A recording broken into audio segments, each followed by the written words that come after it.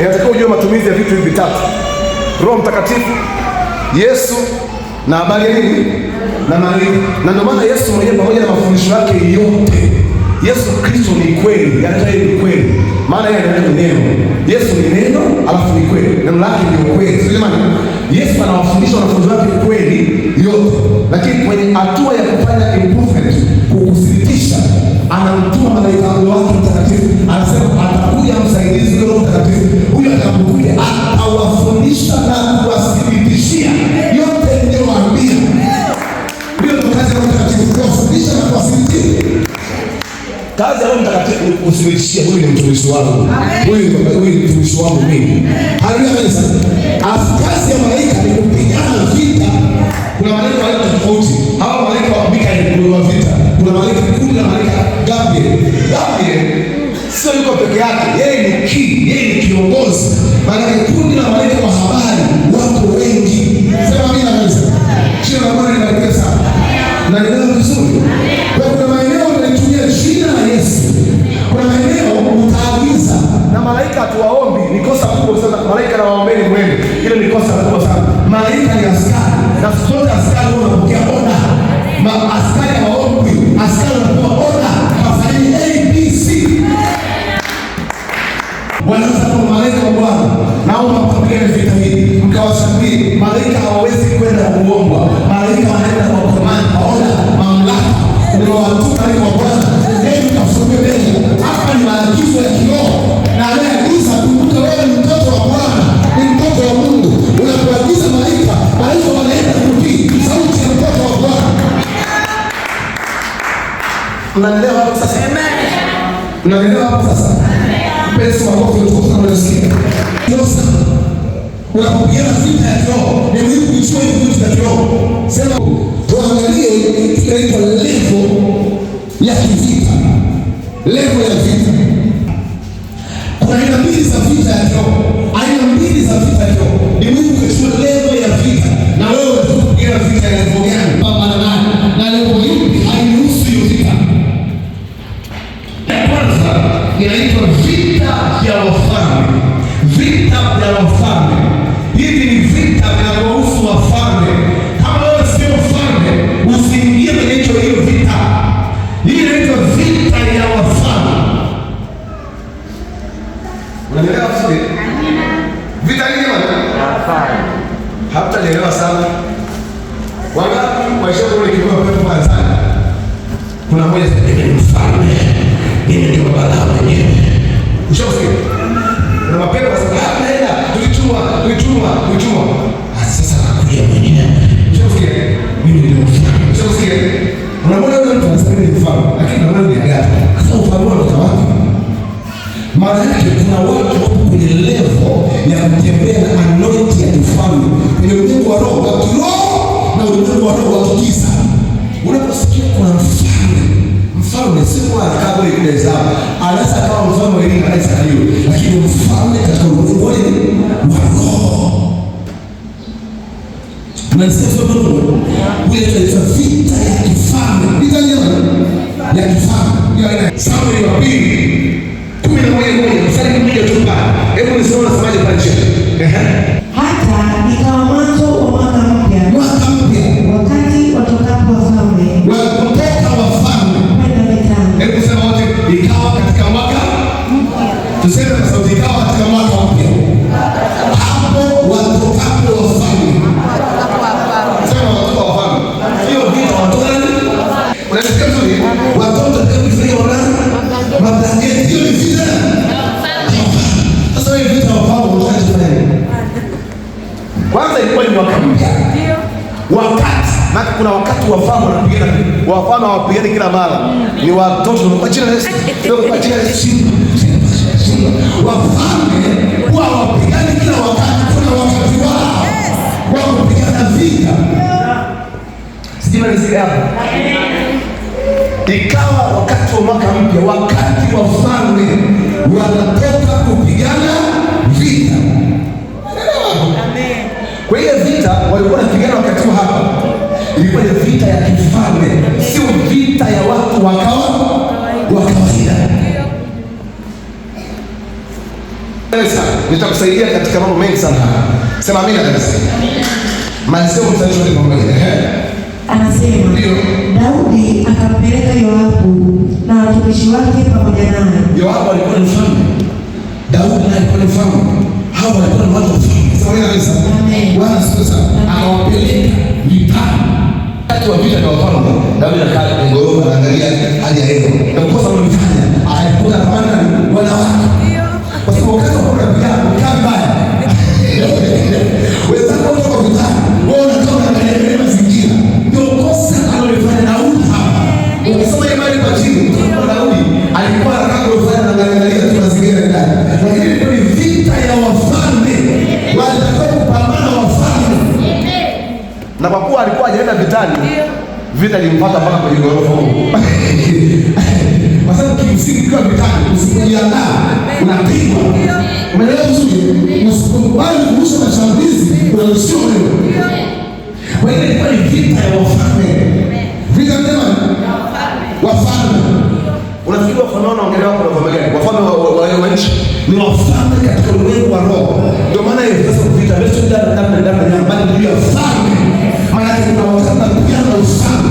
Sasa nakufundisha kanuni. Unaweza kupigana vita ya ufalme ukiwa ndani ya ufalme. Amen. Yaani usijaribu kuingia kwenye vita ya ufalme nje ya ufalme. Na ndio maana ni muhimu na kujua inapotokea pale Mbeya au pale Manyoni imeinuka vita ya ufalme. Usiende mwenyewe, ingia ndani ya nyumba yako, alafu unaenda pale watu wanaonekana sio wewe. Hapa bado sijaeleweka vizuri. Ukiona vita unayopigana nayo ya kifalme, usijipeleke. Tumie mstari, mimi ndani ya baba, baba ndani ya mimi. Haleluya kabisa. Mimi na baba tu mmoja. Tu mmoja. Sasa pale unaenda lakini sio inaonekana kule mbele. Baba yako. Manyoka baba yako. Haleluya. Uwezo baba yako. Silaha zote baba yako. Mimi nakosea. Mahali pa kwenda baba yako unajifanya wewe nunda. Unaenda kupigana hiyo vita. Hizi vita za kifalme.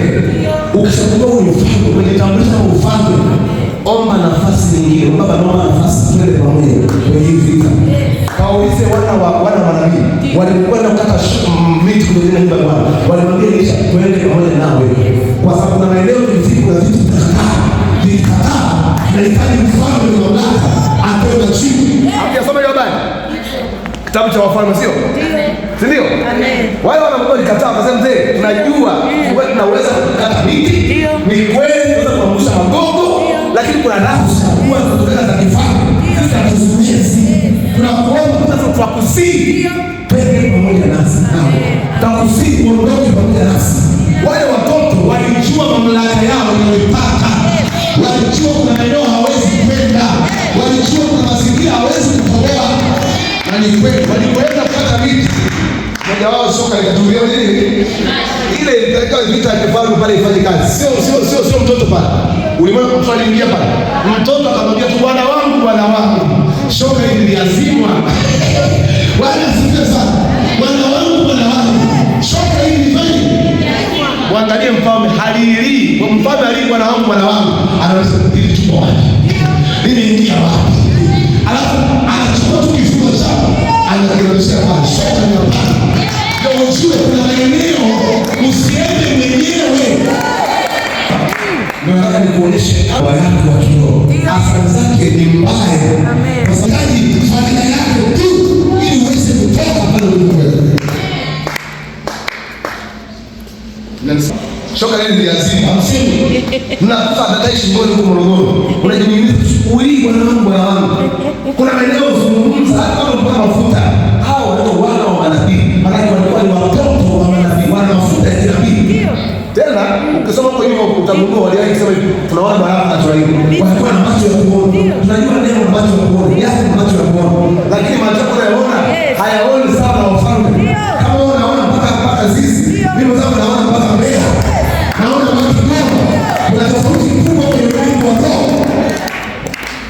kama mtaelewa, kuna mtu kupigwa kutoka libasi, kuambia kuolewa kutoka libasi, ila kama usipoelewa hii kitu ndio inawagharimu watu wengi sana. Sasa ninaposema vita ya wafalme, hauwezi kuingia kwenye vita ya wafalme ikiwa uko kinyume na ufalme, iwe ni hadharani au siri. Amen. Yaani kwa vyote vile, hata kama sijakuona umesengenya, yaani unasengenya asubuhi, jioni unaona kuna vita ambavyo vinatokea, unaanza kupigana na vita. Mungu baba yangu, huyo Mungu kwa nafsi yake ambayo chakata, haiwezi kuunganika hapo. Ndio. Haiwezi kuingia hapo. Mnaelewa watu? Kanuni ya ufalme huwa anatoa majibu kwenye maswali magumu, kwenye maswali ambayo yameshindikana. Pigana hii vita ya kifalme, lakini ukiwa ndani ya ufalme. Inasema ndani ya nini? Usikubali kuingia kwenye vita ya kifalme ukiwa nje ya ufalme. Ikiwa uko nje ya ufalme. Bwana asifiwe sana. Amina. Kuna mtu anapata picha nzuri hapa? Amina. Unapata picha? Amina. Jiulize ulipokuwa unapigwa siku ile, unaenda kupigana vita ya nani? Na ndio inawaambia watu sio unaomba usiku kucha, afu unanigo usiku. Na bado maombi hayasikiki. Kwa nini? Kuna vitu usiingie wewe. Ruhusu babako aingie. Ndio. Haleluya kanisa. Bwana asifiwe sana. Itakufanya uwe salama. Itakufanya uwe imara. Wakati Gehazi, wakati mtoto wa yule mshunami amefariki, alimwambia chukua fimbo ukimbie, ujikaze, usimsalimie mtu wako. Haya ni maelekezo ya kifalme, usimsalimie watu wako. Jikaze. Jikaze viuno. Kuna kusalimia watu. Haya ni maelekezo ya mfalme. Hata kama baba yako mwenye njiani, hapo kumwambia shikamoo. Wewe ni mbele kwa mbele. Anaambia kabisa. Lakini ngoma ilienda, akaipiga ile vita, ngoma ikakataa. Amen. Ikafanya mzee mwenyewe ngoma akatokea kule mzee. Sema akatokea. Alipoingia mama ndao. Yalinuka. Na hiyo ufahamu kwamba hakika kama mtoto wa nabii, hata kama Mungu amekutuma mbele, mambo ya kidogo mrudie aliyekutuma. Mambo ya kukataa. Rudi kwa aliyekutuma. Mwambie Bwana wangu nazama. Amen. Ni Bwana kama alisemaje? Hakujiita mwenyewe. Alijiita Yesu. Alijua Yesu ndio mkuu kuliko mimi. Ndio. Hasa nyinyi watoto mnashaka mafuta na hizo kama mmeshamaliza kila ukuu wote umemaliza bado unahitaji kaza mwendo. Kitakuchekesha lakini kitakufundisha. Amen. Unafahamu unahitaji uhusiano mzuri na baba kiroho, hata kuzungumza naye, kusalimia naye. Kuna watu kumsalimia mchungaji ni kazi ngumu sana. Ndio kusalimia shalom na kusalimia nimekukumbuka baba, watu hawasalimiani mchungaji. Unashirikisha mtu anakaa mwezi mmoja hajawahi kuzungumza na mchungaji ofisini wala kwenye simu. Wanakutana madhabahuni, wakitoka pale wanaondoka nyumbani. Nisikilize kwa makini sana. Ndio nisikize vizuri sana. Ngoja nikwambie kitu.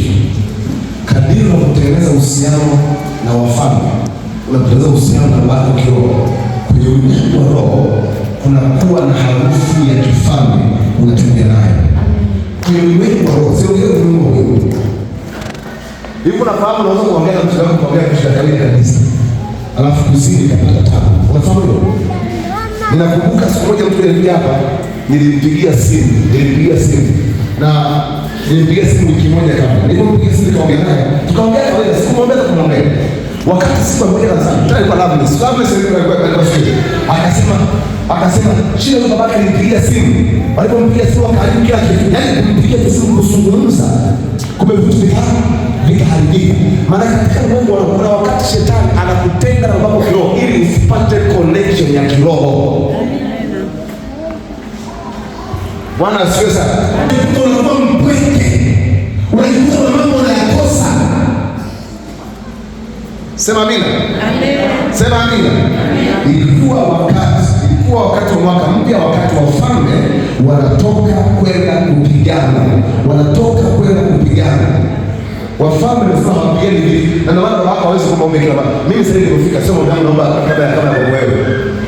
Na sio makelele. Mimi sasa natafuta mambo yanakuwa. Wewe ndio utoke misuli ipasuke. Na ndio uko hapa lazima maombi misuli kata na tena kazi. Ni kwa ajili yako kufundisha uongo. Lakini sio kwa ajili yangu. Mimi kwa ajili yangu huwa nasema iwe hivi. Iwe hivi na ikawa vile. Iwe hivi na ikawa vile. Sasa kuna wakati lazima uelewe. Hawa ni wafalme, hawapigani vita kila wakati. Wafalme na wakati wao kwa tukio maalum, kwa mazingira maalum, wanapigana vita. Kama mazingira yao hayapaswi kuingia, hawawezi kuingia. Hawaingii kwenye hiyo vita. Ya pili ni vita ya watu wa kawaida. Watu wa kawaida. Kwenye ukawaida tunatofautiana. Kwa mfano, mimi ni baba natembea katika roho ya kifalme. Sio jamani? Roho ya kifalme. Alafu kuna jaki mtemba au skora au bato. Yeye mimi ni mwana. Na kama ni mwana maana anapigana vita ya kawaida ya watoto. Sio mimi utababa. Wewe unapigana vita ya watoto. Vita ya watoto unapigana. Lakini katika watoto pia kuna watoto tena. Yaani katika watoto kuna watoto. Kwa mfano, huyu ni mtoto. Huyu wakiwini nani? Si mtoto. Sinaelewa vile. Unaelewa kitu tunapasoma Mungu. Bwana asifiwe sana. Kwa hiyo kuna hawa washirika wa kawaida. Kuna lengo ya nini wachungaji? Msiwe kasahau kama ni mkao mafuta mimi mshirika wa baba. Baba kwa watoto wao, kisha baba kwa mfalme. Baba kwa watoto wao, kwa mfalme wewe ni nani? Na ndio maana unapokuja kwa baba, unataka uvue mafuta. Yaani ufike mahali unashuka kama mtoto, sio kama baba. Na hili ni kosa wanafanya wachungaji wengi sana kwenye huduma. Akishaona anapata mafuta anaona anashinda kushuka kwa baba yake kama baba. Na ndio maana wana manabii hawamuona kuwa manabii kwa kitu cha sawa wao. Waliamua kushuka mbele ya Yesu. Wakamwambia Bwana wangu, twende pamoja na wewe. Sima nipata? Amen. Cha Wafalme wa Pili 13 hadi 25. Wafalme wa Pili 13.